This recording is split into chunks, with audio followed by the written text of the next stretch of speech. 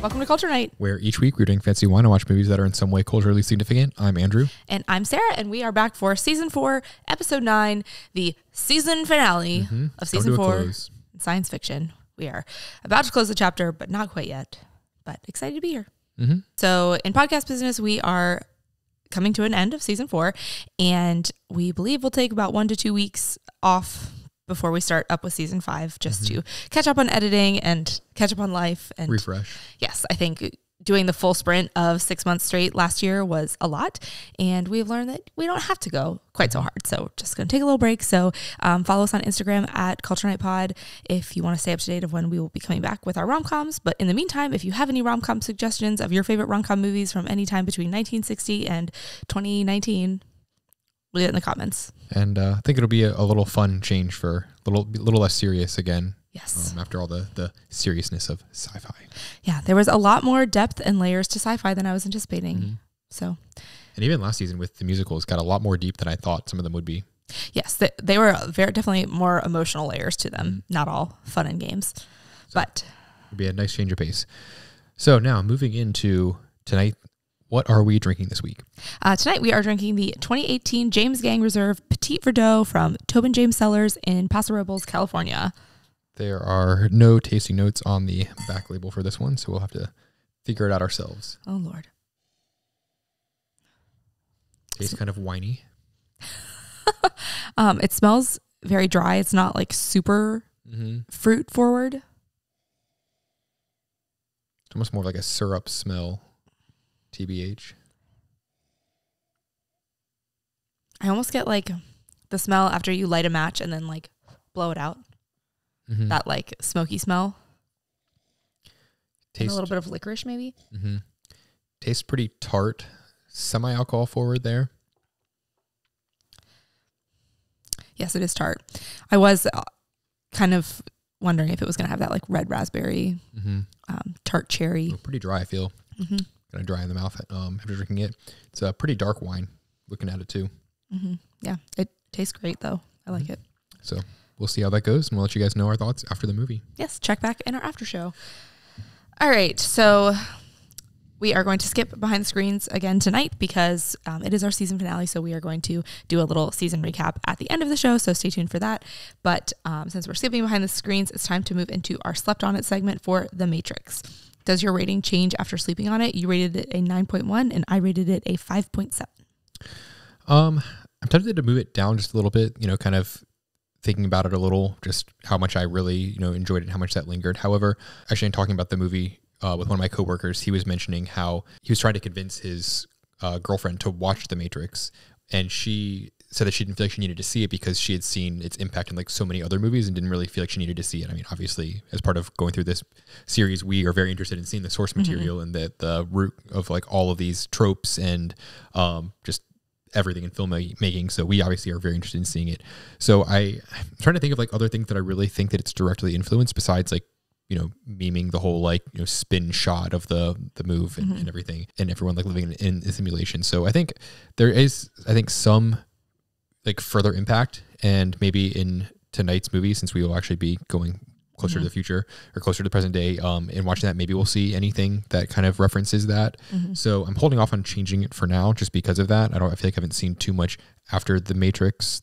It's fresh in my mind, at least, to think, the lasting influence. But it's just crazy how all the movies we've watched this season, I had never really thought about day to day, but I mean, the number of times almost every single movie in this season has come up since we watched them is just absurd. I mean, even today I was listening to a like smut rom-com book in the background while I was cooking dinner, and she was like, we went to the movies and saw 2001: A Space Odyssey, and I was like, what? This movie's from the 1960s. How is it in this book that came out in like 2023? You don't realize how pervasive all these pop culture things are until you see them, and then suddenly you can't unsee them or unhear them. 100%. So I will probably also stick with my 5.7 rating. I think a little bit of that rating is just, I remember this movie coming out. I remember the hype around it. I remember people referencing a lot. I know that it is referenced a lot in, other pop culture things that have come out since then. And I mean, it was interesting. It is not my favorite, so I mean, I don't think it needs to be any higher than that for me, but I did enjoy it. I did think it was a good movie. That's fair. Your number is your number, and your score can be whatever you want it to be. I love the validation that you give me with my numbers. Thank you. So let's move on to some facts and acts. Oh, everyone's favorite part of the night. So so if you are new to Facts and Acts is our segment where we do some shallow dives, give you a little taste of some behind the scenes information of the movie that we watched the previous week. So some of my Facts and Acts for tonight are that we love to know who was auditioned for all the roles and who was considered. And apparently they really wanted Johnny Depp to be Neo. Like they really, really wanted him to be it. I had not heard that. Like I said last week, I'd heard Will Smith. I had not heard Johnny Depp. I wonder what his age is in relation to Keanu Reeves. They might be about the same, but I feel like Johnny Depp would have been older. I wondered the same thing, and I did not look into it. I mean, I was like, I get what they're going for. They do look kind of, I mean, relatively similar. Especially in some of the older, like Edward Scissorhands era, like Johnny Depp things, I could see him playing that dark hacker vibe, but I feel like he would have been a bit old for the time. I feel like he would have given a little bit more into the like moodiness of that stereotype of a hacker. And then apparently also, as you said, Will Smith and Brad Pitt and Val Kilmer were considered to play the role of Neo. And I had not heard Val Kilmer too, and he would have been, I still feel like also like older than Keanu was, but again, these are not Keanu deep is dives. 1 year younger than Johnny Depp, so that makes sense.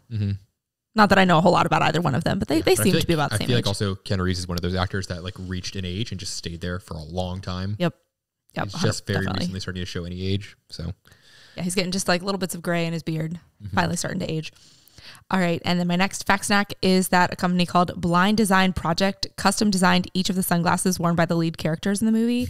Including the stupid ones with no I did want to go a little bit deeper into that, but I just didn't have time because I just don't understand the practicality of those. But this company also later created an actual line for retail that was based off of and inspired by all the glasses worn by the characters. And I feel like that is such an iconic part of the movie is the glasses.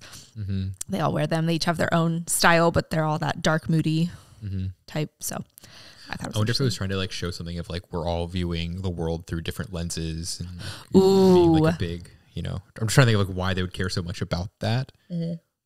We're all viewing the world through screens, whether those screens are your glasses or I don't know. I really should have probably looked deeper into that because I'm sure there's a whole bunch of like fan theory about that. Very interesting. And then speaking of lenses and how we view things, they were really intentional about the colors that they used in this film. And so the way the movie was graded, like different scenes were like more color heavy to enforce thematic ideas and narrative moods. And yeah, I think when they were showing like the quote unquote present day being like taking place in the future, it was definitely very gray to kind of show everything was, kind of washed out and there just wasn't much, liveliness in there. And then trying to show some of the, like more simulated scenes. I think they were trying to make a point of like, oh, this is, either full of life or like richer than real life. The whole like going through New York with the lady in the red dress kind of thing of it being like a really big contrast to the gray, neutral colors. Yeah, I loved that they were really intentional about it. According to this article, it said that the simulated realm boasted a green tint, while the surface world was infused with blue, with the only green ever being seen is in the surface world was the code on the screen. And then I think it was used more and more throughout the sequels, but like they did have some intention to that. Almost like Sin City, there was some color choices that were made for there too. So, I don't think I fully paid attention to it really while we were watching it, but I think it would be interesting were I to see it again to pay attention to that a little bit more.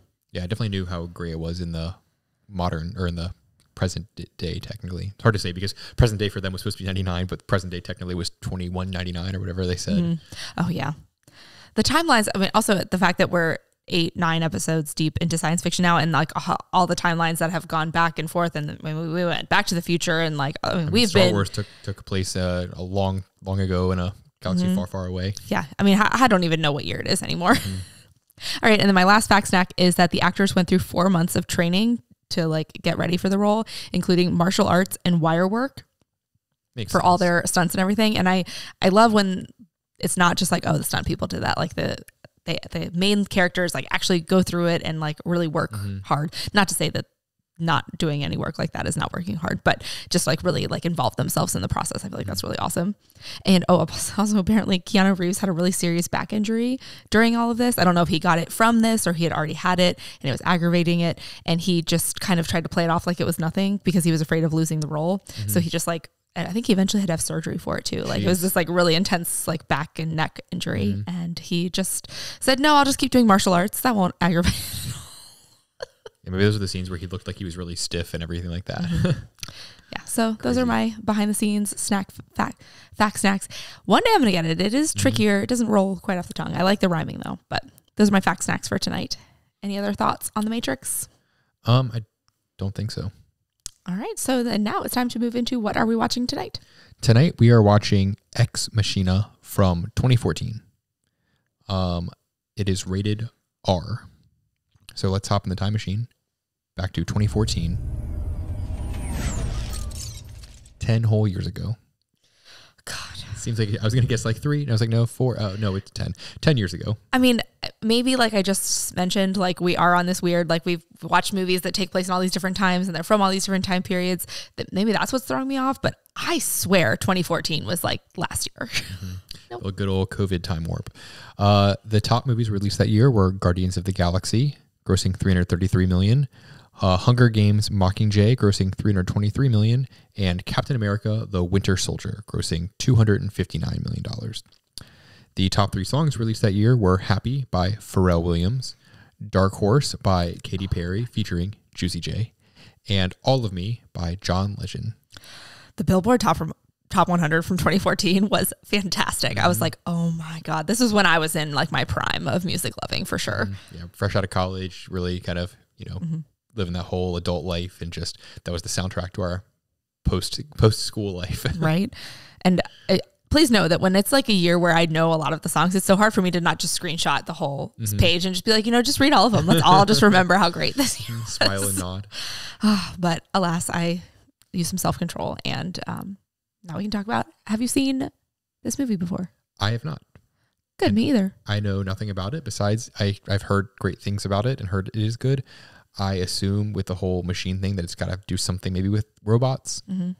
We'll see how much crossover there is with 2001: A Space Odyssey and the Terminator. And yeah, I don't know if it's going to be more of like a Terminator style or more of like a cyborg or not like exoskeleton thing, like enhancement thing for humans, or what it's going to be like. Yeah, I have not seen it. I do not know anything about it, except that when we asked our friends and family for recommendations for this science fiction season, a couple people said, oh, you should watch this. And I was like, okay, I don't even know who's in it. I know nothing about it. So it'll be an interesting ride for us both. Yeah. I think this is the first one where neither of us have seen this movie this season. Had you seen 2001: A Space Odyssey? Take that back. This is the second movie this season that we've not end capping it. You know, both of us starting and finishing with new movies to us. But I feel like I know less about this one than I did Space Odyssey. Oh yeah, because you had knew some of the quotes and stuff from it. So, all right, well, I guess we are in for a wild ride together, and let's jump into Ex Machina.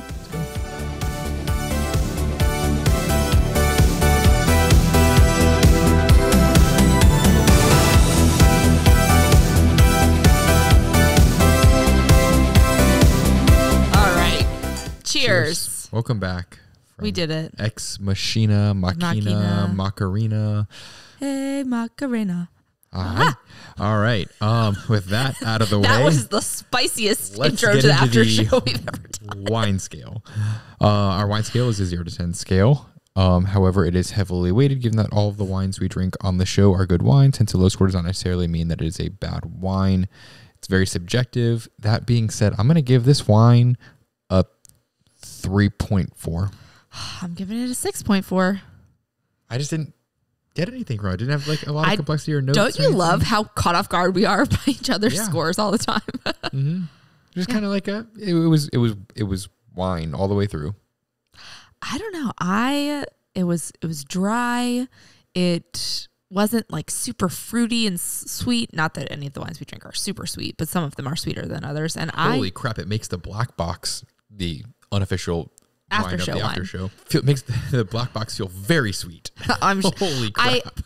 I mean, someday I'm going to put together all of our first sips of the black box because even though we don't always comment on it, it is a punch in the face, and I'm honestly avoiding it. Black box. It's a good like box everyday wine. Drinking wine for sure. Just I want a glass of wine. We're just watching, some sort of shows, but compared to something like a Tobin James wine, it is strikingly different. It's so bad. I was going to say one day we should do a blind taste test, but it wouldn't even be a blind taste test. You would just know. Mm-hmm. Wow. It just smells like Hershey's milk chocolate. It was so much more fragrant. Cause I don't like think of black box being as particularly fragrant, but that was, whew. Yeah. Anyways.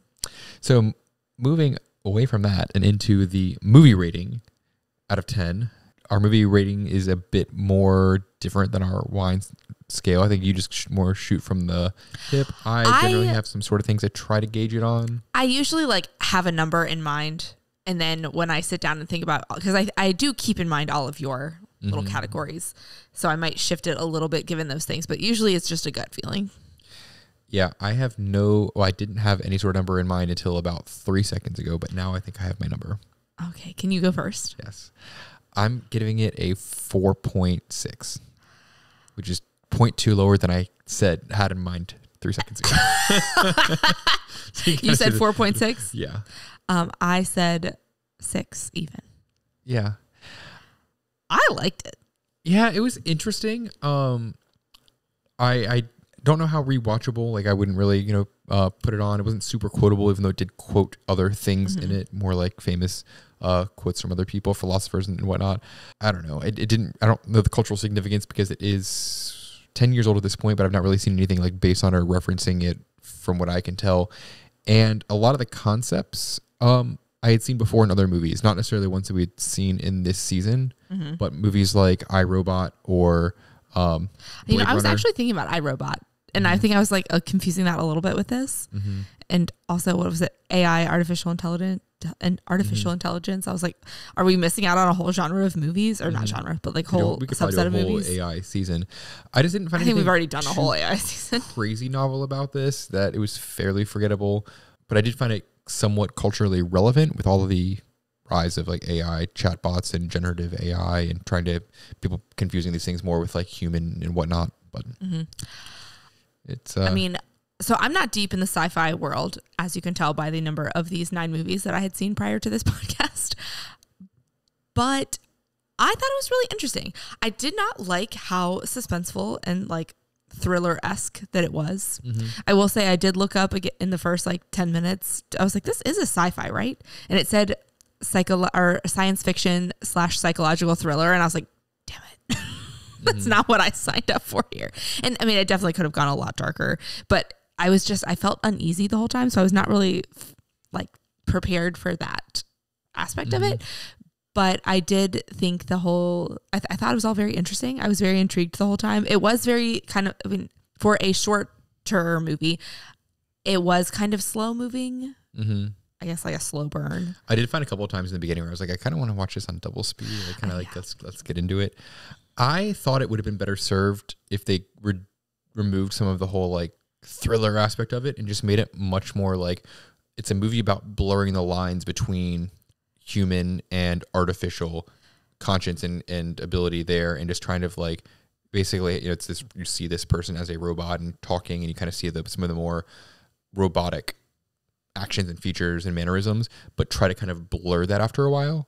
Could have been much more interesting, especially the whole they had a segmented into sessions with the AI to, as each of those go on, kind of really start blurring those lines, but they just had to give some sort of antagonist and impetus there and make it weird. And I very much agree with you on that. I mean, from the start, you can tell that Nathan, is that his name?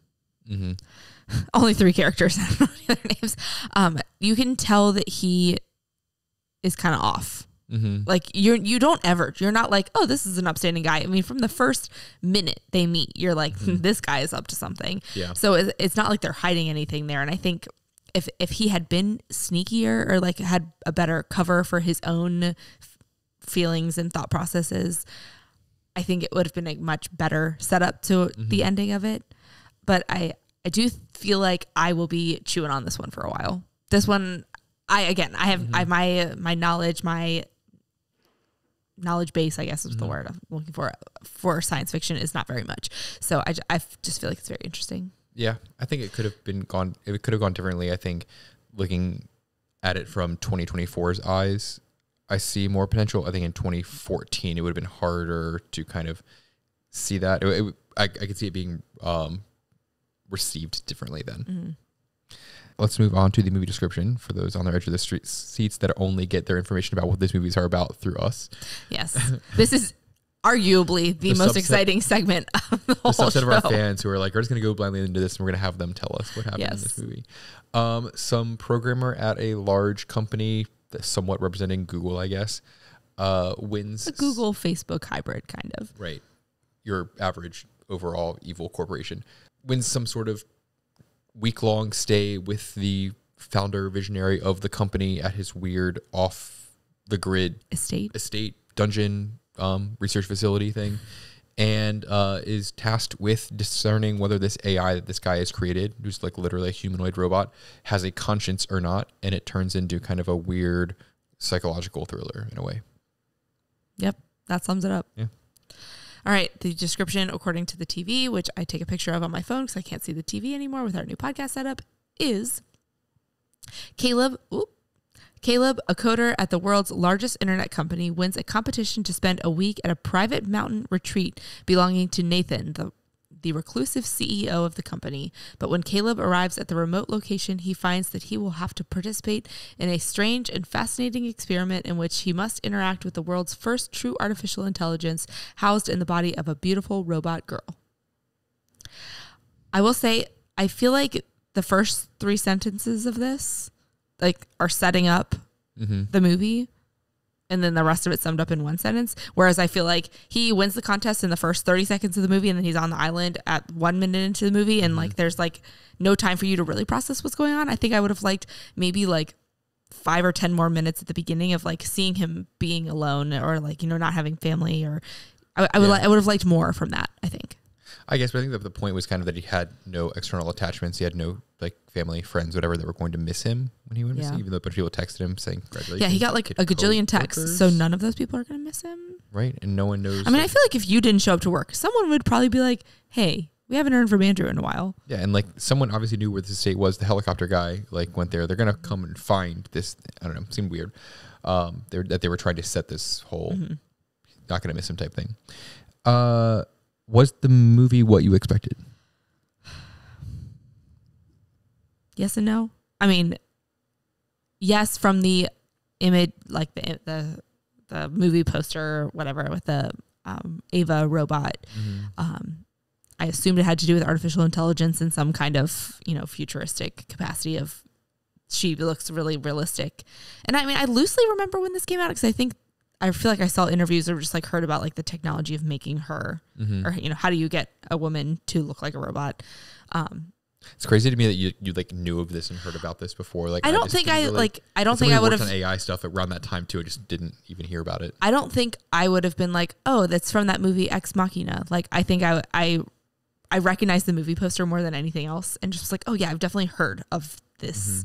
But the whole psychological thriller aspect I was obviously not in for. Yeah, I thought it was gonna be more actiony, to be honest. Yes, I did too. I didn't really see the whole psychological Turing test type thing. I thought it was going to take place more in the future and be more of a futuristic iRobot type deal.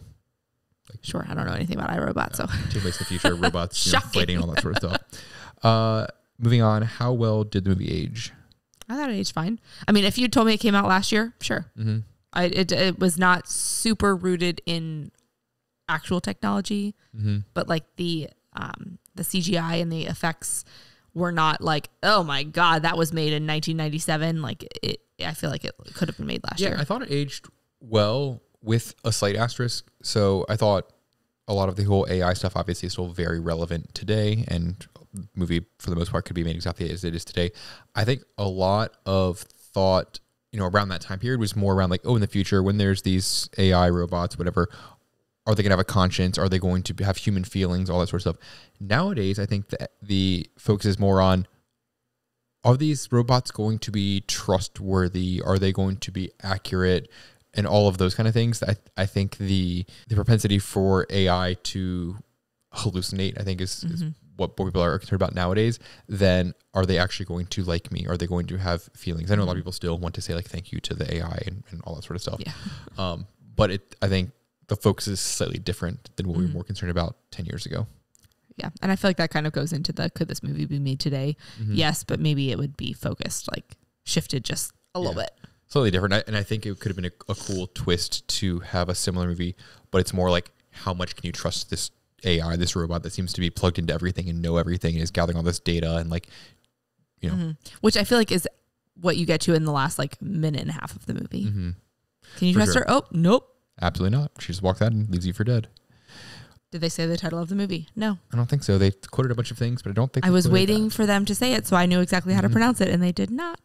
As far as we know, they did not. Did the title fit the movie? I have no knowledge base to answer that question. So from my understanding, thinking back to Latin and from like theater-ish learning about those kind of things, is that it comes from Deus Ex Machina, which is God from like machine. And it's a like trope in theater or like Greek theater, movies, whatever, to have like this thing seen off screen or like above the screen that basically is like controlling some events type thing. So it's like God from machine, whatever. Like Wizard of Oz? I guess. That's the first thing that comes to mind. It's kind of hazy to me. We can deep dive it someday.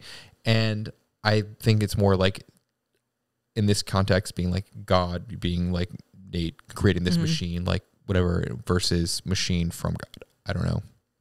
So in a way, but I think it's more like they picked the title and decided to just kind of stick with it, even though the plot didn't stay that way. I mean, could you argue that it could be called A Boy's Life? I think that would be a very accurate title for the movie. In fact, we should retroactively name all the movies. I'm just saying, the more movies we watch, the more fitting I think it is. Closer to A Girl's Life in a way, but yeah, because I was thinking like even just Ava, or some iteration of something like that. Couldn't go with Her; that was already taken. But was it already taken, or did that come out after? Was that first? Which came first? I think was Her. Ava or Her? Was Her 2015, 2016 ish? Yeah, maybe. I have no idea. I've never heard of Her until tonight. So. Yeah. So I think there could have been other titles. I can't really think of a great one off the top of my head besides, obviously, A Boy's Life. Those of you who've been watching the whole season will get that reference. If you haven't, go back to season 4, episode 1. Yep. And maybe like episode like 2 or 3. Yeah, I was going to say not episode 1. I think it was episode 3. Go ahead and watch them all. Yeah. Watch them all. And like them all. And subscribe. I'll let you know if you think of any other better titles. Can't really think of any clever ones off the top of my head. Were there any actors in the movie that went on to do bigger things? I mean, Oscar Isaacs did SNL after this, so I'm assuming he's done bigger things. That he went to SNL. Because I was like, he looks familiar, and I was scrolling through, and I was like, I think I just know him from SNL. Yeah, is my guess of how I know him. A bunch of things. He's in a lot of Star Warsy things, right? And he's I think has done like stage and whatever acting as well. Domhnall Gleeson also was in a bunch of things. He was in About Time, which we both love. He was also in Star Wars things. Ew. No. Yeah, in the new trilogy. No. Yeah. Hate that. Yeah, you should. Does he have this? I mean, it wasn't a horrible American accent, but I mean, from the start, I was like, nope, incorrect. No, you are not American. It's a British accent, and he plays like a very like annoyingly cocky. It's not good. Is he like a Percy Weasley? Because he gives off Percy Weasley vibes to me. Yes. 100%. Was he in any of the Harry Potters? I don't think so. But as soon as I was like, oh, he was in Harry Potter, and I was like, no, he wasn't. He was in About Time. I've always thought he looked like he should be in Harry Potter. Oh, he would thrive in the Weasley family. He'd be an amazing Percy. Yeah, I mean, Percy was great. I think he could be an equal stand-in. Right. Anyways, moving on. I think those are the only ones that I think the Alicia. Yeah, I think she's been in other more modern things, but I didn't look at her filmography. Yeah. I did, and I forgot what she was in, so she was where I am tonight. What impact do you think this movie had on pop culture? Yeah, not that I really know. I think just being it another one of is those AI. a story about things that are currently in pop culture Right. or just More society. culturally relevant than culturally significant. Yes. I would say. Ooh, cultural. That's like a new segment. Is it culturally relevant or culturally significant? With like a fun tune to it? Mm-hmm. I don't know. Just We need saying. to get a good theme song for it. We don't need a good theme song for it. Do you feel cultured after watching it? Not really. No. Did I enjoy it? Yes. Do I feel like the way I felt after some other movies this season? No. Right. I almost feel like the whole like, do I feel culture after watching it? It's more like, am I going to feel like I'm going like if someone referenced it that I wouldn't get it, and I'm not likely to run into those kind of things, and I'm not going to feel like I'm left out if someone referenced it and I hadn't seen it before. I don't know. I don't foresee this really cropping up as frequently as some of the other ones. Right. Yeah. All right. So that completes our culture questionnaire. So now we'll move into notes. Would you like to go first, or would you like me? I will go first. Go for it.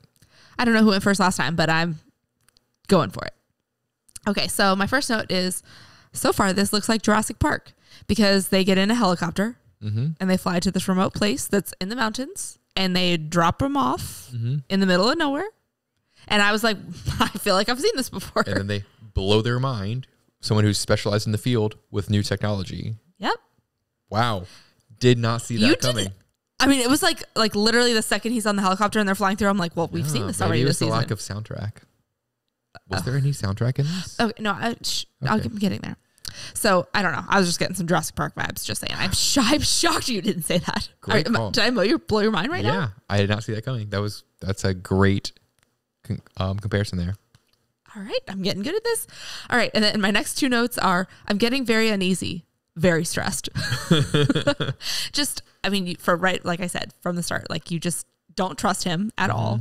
And then I have soundtrack down like way down at the bottom, but there isn't the like iconic soundtrack of Star Wars or 2001: A Space Odyssey or I don't know what other Jurassic Park, but there was just like that subtle music in the background that like you don't notice it. It's not like in your face like 2001: A Space Odyssey, but you're like, some shit's about to go down. See, I kind of hate that. It's more like we don't have a soundtrack, but we're going to tell you when to be stressed and when not to be stressed. Yes, I didn't say I liked it. I'm just saying like I was very aware of it the whole time. Not that I didn't like how it made me feel or anything like that, but I feel like it's lazy in a way. Yes. And I feel like it's also like we don't know how else to score this or like what other sounds to put in the background, and we can't have no sound. But yeah, I was very aware of the soundtrack the whole time. I think also because we have been talking about soundtrack so much in this season and I've been starting to pay attention to it more, that then all of a sudden I was like, I'm feeling very stressed. I don't like what's happening here. Oh wait, this music is like classic thriller, horror. Some shit's about to go down. Not Michael Jackson Thriller, but like I wish it was. Dun, dun. Be much cooler if someone rescored it. Oh my. This movie would be 10 out of 10 if it was scored to Michael Jackson Thriller. The way like the robots kind of move like. Oh my God. Oh my God, I love it. And they have the whole dance sequence too. Someone could rescore that to Thriller. Love it. I'd love it if someone would do that. Make my day. Oh my God. Oh, I'm here for it. God, that's so good. Make it happen, internet, or AI. There you go. Artificial intelligence. Just make all our ideas. I won't believe in AI until an AI is able to go ahead and rescore that by me just giving it a prompt, and that would be amazing for me. Love it. Okay, my next note is he doesn't have a prepared response for the power outage when he asks him at dinner. Like you've been around this guy enough, and you can tell that Caleb is uneasy with this guy. He doesn't fully trust him, and also she's like, "Don't trust him." Like. You think my first response is be like, okay, he's going to ask me about this. What am I going to say? And he's just like, nothing happened. And like super long pause, super awkward. This guy obviously knows something's up. Right. He plays it off like in like any like kids show where the kid is acting weird and trying to hide from the parents. Like, oh, nothing's wrong. And the parents are like, no, I didn't eat the cookie. Like, and the parents just like take it at face value. Watching that scene, I was like, oh, if I were him, I would have been like, oh, man, it was crazy. Like I was, or she was more concerned about the whole like power outage than I was or something. Like have something that sounds natural to have said. And clearly some time has passed since like when that happened and they're eating dinner. It wasn't immediately following. You had enough time to get out of there and like walking to dinner and being like, okay, he's going to ask me about this. Like he's supposed to be smart. Yeah. Or otherwise it would have been like, I don't know, man, you were watching the whole thing. Like, I assume your cameras and stuff didn't stop recording because you still had power to obviously give. Oh, wait, you couldn't see that? That was weird. We both were like, what's going on? Yeah. I don't know. I would have maybe had like at least 2 scenarios in my back pocket to just like fall into it and not be like, I don't know. Yeah. Dumb. Okay. My next note is Alicia Vikander.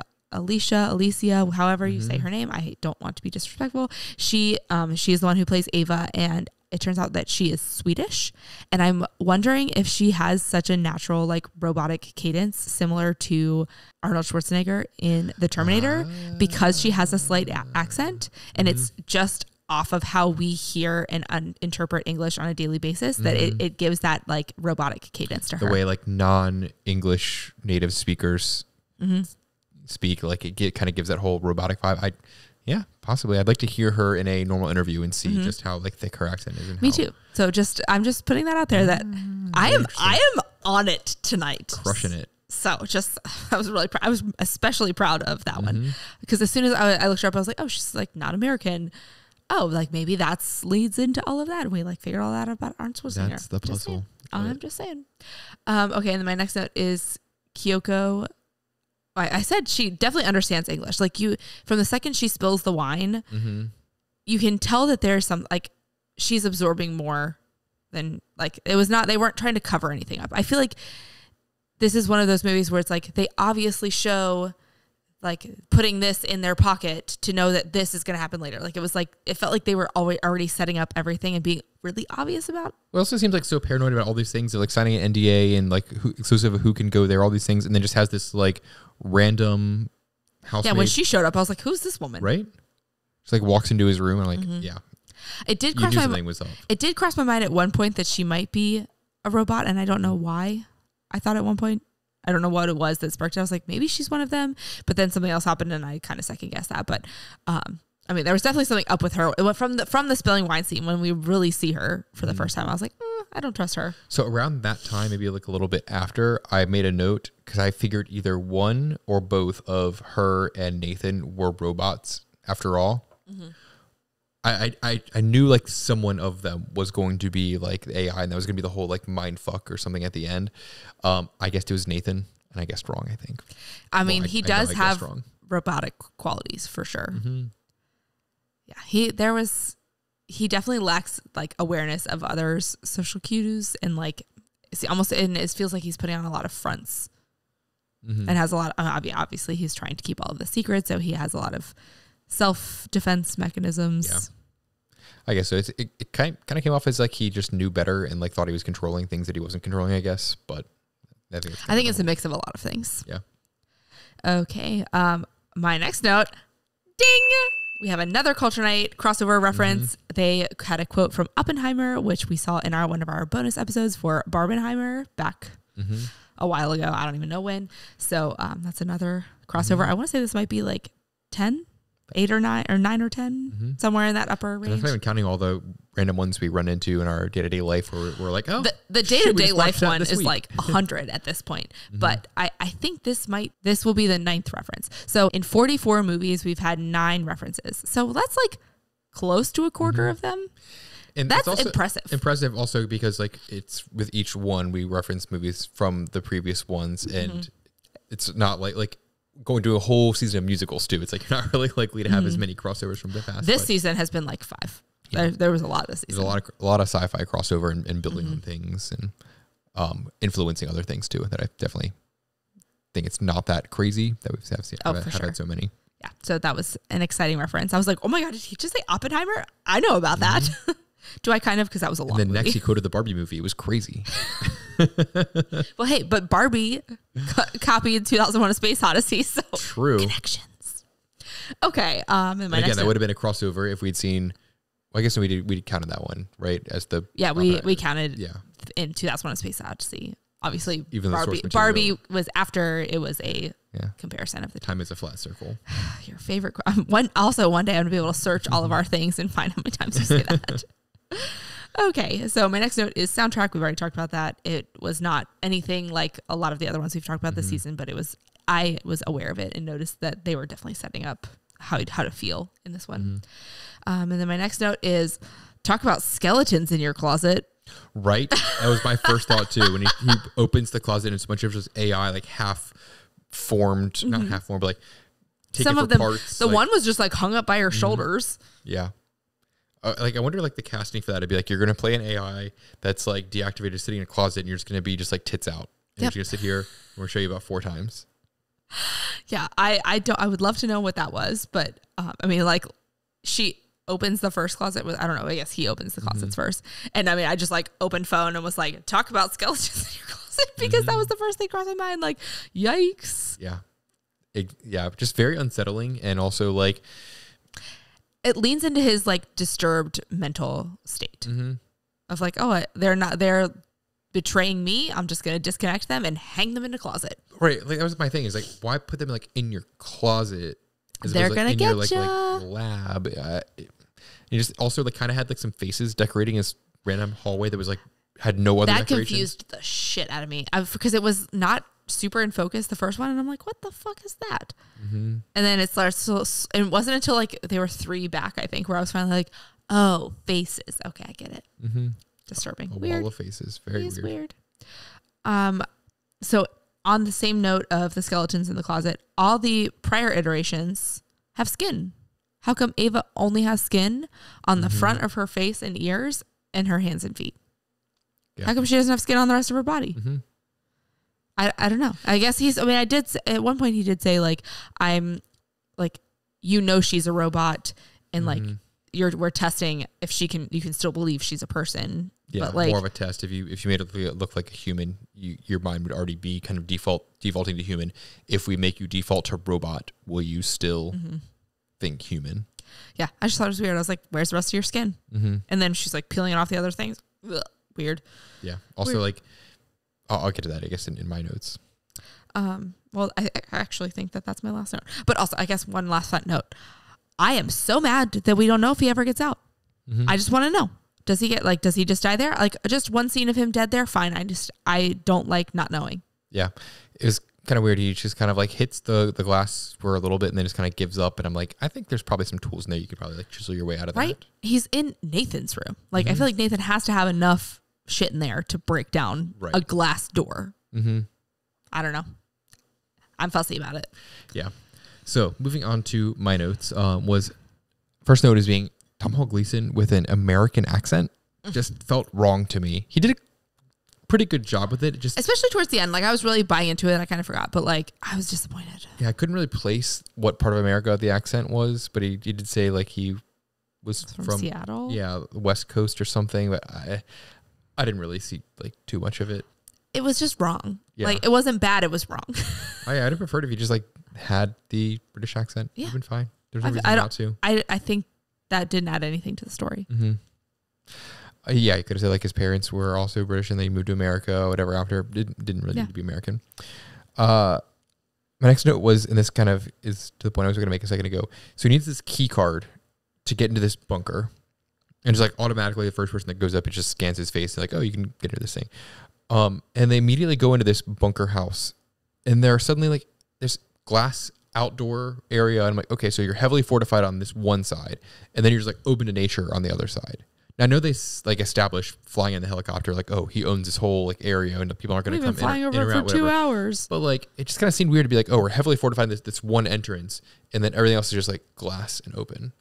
Yeah, but was it even heavily fortified? Because he just like stumbled upon it in the woods. Yeah, I guess it just kind of seemed like a big like no window, like you got to scan your way, get into this like heavy door thing. The downstairs definitely feels like heavily fortified with concrete walls and no windows, and I mean Ava can't get out. And I don't know. Yeah, it's just weird because like it's glass and it seems fairly thin. I don't know why they wouldn't be able to break that. I know there's like various types of glass and plastics and all that sort of stuff, but it still seems like when it's that thin to be able to communicate through and see through so easily, it'd be fairly easy to break in some way to get through. Right. If you really wanted to and you were like made out of robot. Or had like a big metal chair. I don't know. Can we also talk about the key cards for a quick second? That seemed the most outdated of the movie. Like the most impractical, like, I mean, obviously like he has to carry that around in his pocket. Like he doesn't have just like facial recognition, scan my face, scan my pupil, scan my finger, something that's more like convenient as opposed to like, hang on, I always have to have this plastic card in my pocket. Right. It would make more sense to be like, oh, I can do my fingerprint. I can't take this from someone else. Obviously he had to take his key card later, but yeah, it seems kind of weird. as advanced as a lot of the technology is, that felt really outdated. My next note was, I really hate these like one-man programmer, super genius like stories for a couple reasons. I mean, but that seems to also be the trend. Like so many of these movies we've watched. Yeah. Well, I don't know if this. I mean, season, Nedry's and does the whole. He programs all of Jurassic Park. That's not when he did have like other people there, and it wasn't like he just totally like invented Jurassic Park from. Like I hate it because one, like any programming you do, this guy didn't just like suddenly sit down and invent like computing. It's all built on other things and other technologies, other work that other people have done. But he makes it seem like as if he's like, oh, I single-handedly invented AI and have this whole, generative AI system and robotics, all this sort of stuff. There's supplies involved. I get he's supposed to be some sort of visionary, like genius, whatever. But even still, to have done all these things, it's not just like, oh, how can I make like an AI that can like generate thought? I now have to have like the ability to go convert text to speech. I now need to have the ability for it to have like humanoid movements, have it be able to walk as if it's not shitting its pants, like robots do. Where is he getting the fake robot flesh that Ava doesn't have, but all the other ones this do? Flesh that like you literally just kind of like peel off and then peel back on. Like that's all these individual things that from are somewhere. Crazy achievements in like technology, and he would have wanted to have like patented or sold or anything before putting it into this huge like packaged somewhat perfected type thing. How is he making this like flesh stuff that has there? Like how did he make this whole bunker with all the secrecy and everything? It just seems kind of crazy. He's supposed to be like some like 35-year-old super genius or something like that. Like I don't know. I feel like you would, to be as young as he is in this movie, you would need a lot more life to be where he's at with his technology. And I feel like it's such like a lazy trope in a lot of these. So he like is the inventor of Blue Book, aka Google. Yeah. Like Blue Book, I guess like it's the like growth, Facebook, the growth Twitter, of the search engine from start to finish is going to be like 20 years. So and then you're going to invent AI and do all that. That's got to be in it. Like that timeline does not feel like it would fit into the lifespan of the man that we saw in this movie. Yeah. It seems like a really lazy like trope thing and be like, oh, he's just gonna be a super genius. He has got this layer. We're not gonna like explain it away.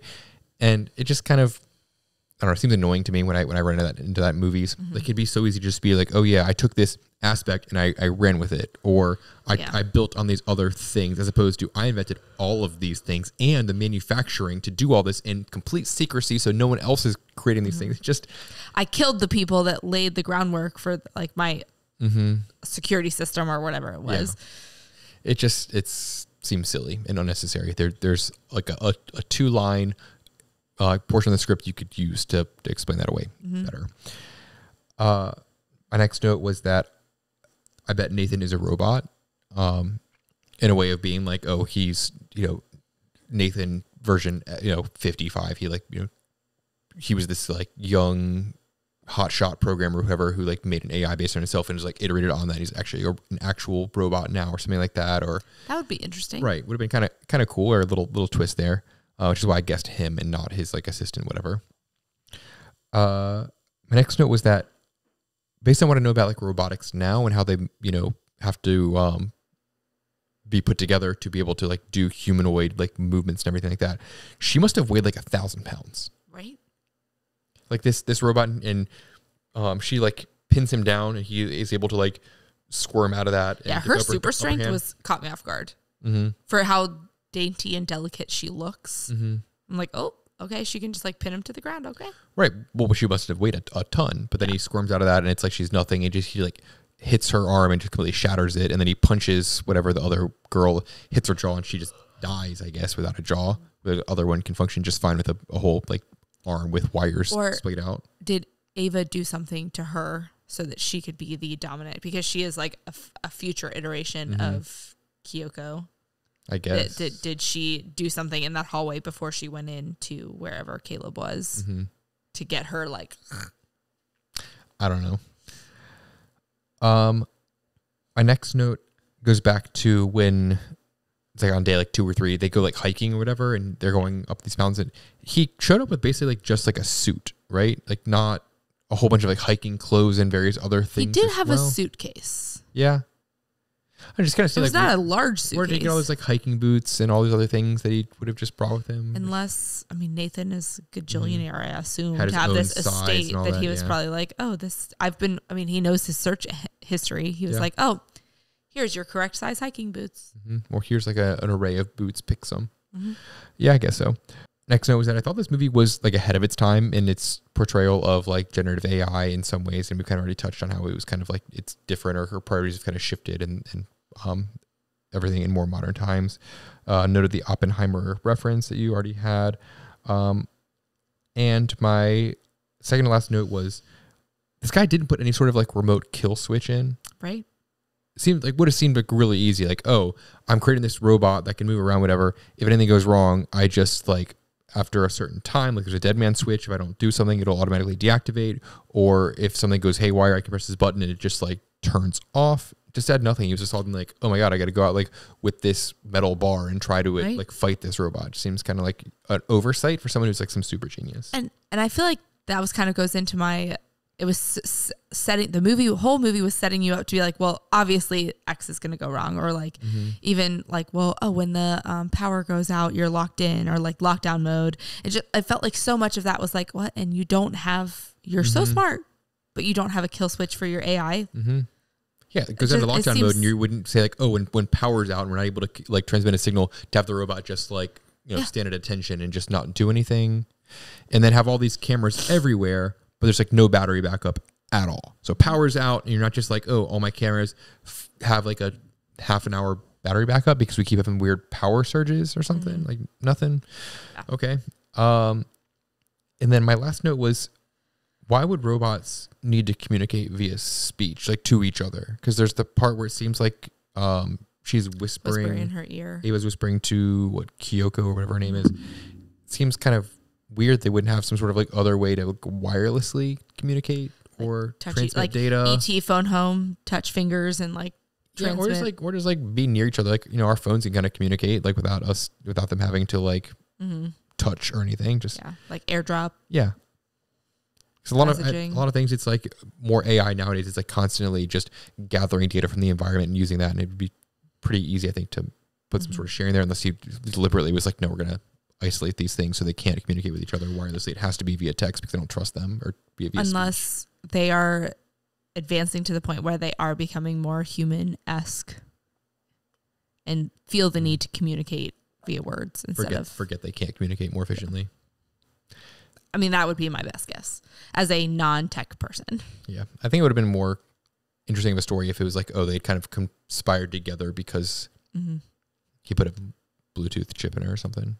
Yeah, except she didn't know she was there until like the end. Mm-hmm. Yeah, true. I don't know. It was definitely a weird story, but I did find it very interesting. Mm-hmm. So that wraps up my notes on Ex Machina, Macarena. I've already forgot about that already.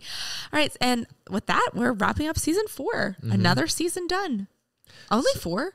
Also, at this point, it feels like it should be like 12. Well, season 1 was very long. It was long, and it was just a jumble of things. A real grab bag. So I guess, do you have any questions for I have some loose ones, unless you have some. Just general things of like favorite movie or most surprising, anything like that. I think first of all, like, what is your overall takeaway of this theme? Overall takeaway was that this was about so much more than just the technology, that I think so many of these movies were great filmmaking, great soundtrack, great directing, great casting, more so than just like, oh, this was just a nerdy movie in technology. There was so much deeper to all of these than just the laziness, like, oh, nerds, or oh, just robots. 100%. You were like, I want to do sci-fi, and I was like, okay, like, fine. Not that I was totally against it, but just like not something that was super exciting to me. And you had a good list of movies to go for, and I was like, okay, let's do it. And my takeaway from this is just so much more than, I mean, am I excited for rom-coms? So excited. Can't wait. Ready for it. But just, I think how much this advanced technology and how we shoot movies, and I don't know. I took so much more from this than I was prepared for. Yeah, I think it was kind of like I assume like a more of a niche genre for the most part. And I think that by putting so much effort or so much more like care into making these movies propelled the whole genre forward so much, where now we see a lot more of just these themes and these, just references in our day-to-day life, and also more movies being made in that genre today than were probably being made before. Like 2001: A Space Odyssey really pushed things forward, and each of these movies really built on each other. Like, just you could see kind of the stacking of these and the references between each of them, and even if they not just like lazy, like, oh, we have like a Star Wars figurine in this movie, but just the way that some of these movies were made, and someone copying that filmmaking style and building it their own way in a future movie. And I think leaning into what you said about it being like very niche movies, yes, they are really niche, but I feel like niche can also lead itself into cult classics. And yes, not everyone who loves Jurassic Park is like a super nerd, but I mean, those movies can very quickly become it's a thing of its own, a beast of its own. And like Star Wars, how many people latched onto that, and it's something that you can kind of obsess over. And I mean, I love Harry Potter, which is not necessarily in all of this, but like once you start getting into buying into this new world or this new situation, you can quickly just like be obsessed with it. And then that helps grow the genre as a whole outside of your niche movie. For sure, a ton of world building in these that kind of were able to have their own spin-offs and sequels, as we saw a lot of these had sequels and that were prequels. Yeah, trilogies and whatnot. That it's really cool how the world building was able to kind of make the movie more than just what it was. It spun off, not just merchandising. Was that the original AI? What? That then they were able to spin off and make their own life of their own. Oh, I am like, as far as tired as I am on it tonight. Okay, so do you have any other thoughts about that? I just wanted to like get your takeaway. I think I probably know your answers of like, what was your favorite movie of this season? Well, my favorite movie of the season was Back to the Future. I think it was my favorite as well. So good. And because I think, again, I think I might have mentioned this in that episode or the one following where we slept on it. When we went into this whole Culture Night Pod experience, there were so many movies that I felt like I'd heard about my whole life, but like hadn't really seen. And I think being in early 90s baby, you hear about all of the 80s movies. So I think like the style of 80s movies is something that like I want to know more about and I want to see more of. And that just has that like nostalgia vibe of the 80s. It also had a lot of like pop culture references. I also feel like they did such a good job of representing the time periods that they were in, which I feel like is such a big part of movies is, what representing wherever the movie takes place, like doing representation of that really well. And I feel like it was just so well done. Yeah, it was a whole lot of fun. I think I was going to ask like, what are like most underrated, like what was most surprisingly good? And I think it's my same answer. Like my favorite was Back to the Future. I think the most surprisingly, I was surprised I enjoyed it as much, was Back to the Future as well. It was better than I expected. Yeah, I'm just trying to look back at the ones that we watched. Yeah, I was underwhelmed by Star Wars. E.T. was fine. I was, I guess, more into Terminator than I was prepared for, but I also still like didn't love it. Back to the Future was the best. Jurassic Park was just stressful. To be honest, I did not love Starship Troopers. The Matrix, I felt like I needed to see in life, but like fine. And this was, Back to the Future, just the best. I think most like disappointing to me was Space Odyssey. Yeah, I a little bit hate that was the first one we watched, because I think I almost needed a little bit more to get into the genre to be appalled by how wild and just like not anything you would expect that was. It was so long, and I also still feel like I just needed to be like high on something to really appreciate that movie. Especially the ending. I really think I have. Oh my god, I forgot about the ending. Like I said, I was just about to say, I think I've blacked so much of that out because I was like, this is not real. We're still not 20 minutes into this movie and no one has said anything. Watching these freaking animals yell at each other. And I honestly, as we're talking about that, like forgot about that part. I was thinking more like, oh, it's weird. Like the whole, like they're on this like moon space station, spaceport type thing.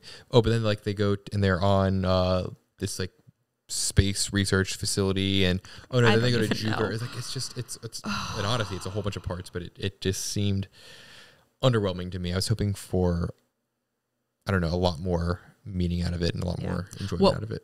So now that you have seen 8 other science fiction movies in consecutive weeks after that, if you had to give 2001: A Space Odyssey a score right now, what would you give it?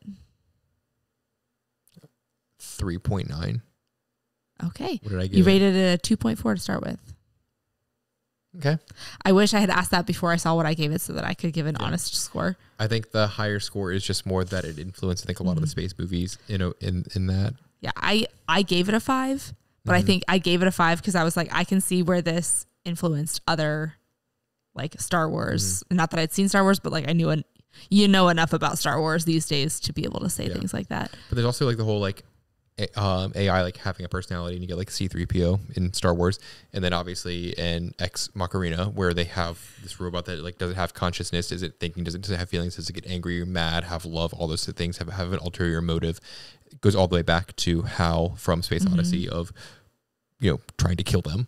Yeah, that it definitely left its mark. That's for sure. But like, at what cost? Right. Would have been much more. I'd have enjoyed it a lot more on double speed. On triple speed, I don't even do triple speed. I'm a solid 2.5, and triple is too much. But like, I think 19 lines of dialogue, you wouldn't have missed much. True. All right. So, are you interested to know what your average rating for this season was? Sure. Did you add that up now? No, I did it earlier, and then you were like, "Should we do a recap?" Earlier today, and I was like, well, I've already averaged our scores, so I did a quick edit with our scores from tonight in there. So your average score for all of the 9 movies we watched this season is a 7.8. I was gonna guess it would be in the 5s, but there were some good ones there. Yeah, I think the 9.3 for Back to the Future and 9.1 for Starship Troop or for The Matrix, really bumped your score up. Oh, and 9 for Star Wars. You throwing out 9s like candy. You're like Oprah. You get a 9, and you get a 9, and you get a 9. Good movies there. Okay. There were a lot of good movies. And my average rating was a 6.8. So about a point difference, which is closer together than I thought they would be. Yeah, I'd be interested to see those for like other genres and see how we track that. I think this might be something we start doing. I feel like that's it. I happened to be looking at the spreadsheet this morning. I was like, oh, I wonder what our average scores are. So just doing a little bit of Excel coding myself. You're such a hacker. Right? I'm like the Supergirl hacker that's going to save the day. Did you have like this visual, like, you're like looking through the movies? I was like, there was a building with like this cell, and then I want to add it with this cell to merge it together, and then I want to cut them all in half. You put on like your like early 2000s VR goggles to like navigate through it. 100%. How did you know? You're such a hacker. I love it. So I don't know if I have any other questions. I mean, unless we want to do least favorite, but as I think already saying like most underwhelming, I think for mine was Space Odyssey. Yours is probably least favorite was probably Starship Troopers. It's probably tied with 2001: A Space Odyssey. Like I appreciate 2001: A Space Odyssey, but I just like didn't appreciate, like there was not as much I took from Starship Troopers, so like I could have done without it. It is still so funny that like 2001: Space Odyssey, it's like 2001. It's a like very futuristic date, and then in Back to the Future Part 2, 2015, way in the future, and we're like, God, that's like almost 10 years ago now. Like, and I also just loved how much we like end a movie and be like, man, this like had to like that took place like last year. No, it took place like 10 years ago. There was so much of this like painful realization of time in this season. Yeah, crazy. Yeah, but we did it. We did another season. Yeah, ready for another one. After a little hiatus. I still can't believe it's only season 5. It really feels like it should be like 7 or 8 at this point. But I mean, you could probably make a whole bunch of mini seasons out of season 1, like I said. But very true. Yeah, excited to have another season, a little change of pace, like I said, and we will catch you guys soon. Yes. If you want to stay up to date on when we will be back and what we're doing next, you can follow us on Instagram at Culture Night Pod. If you have suggestions for movies that we should watch for rom-coms between 1960 and 2019, you can leave us a comment on YouTube, on Instagram. You can email us at culturenightpod@gmail.com. If you have not rated and reviewed wherever you get your podcast, go ahead and do that now. And if you follow us or watch us on YouTube, you should subscribe and hit the notification bell so you get notified when we post new videos. And with that, that's a wrap on season 4, and we'll catch you in season 5. Yep. Like, subscribe, then ring that notification bell, and we will see you guys in a couple weeks.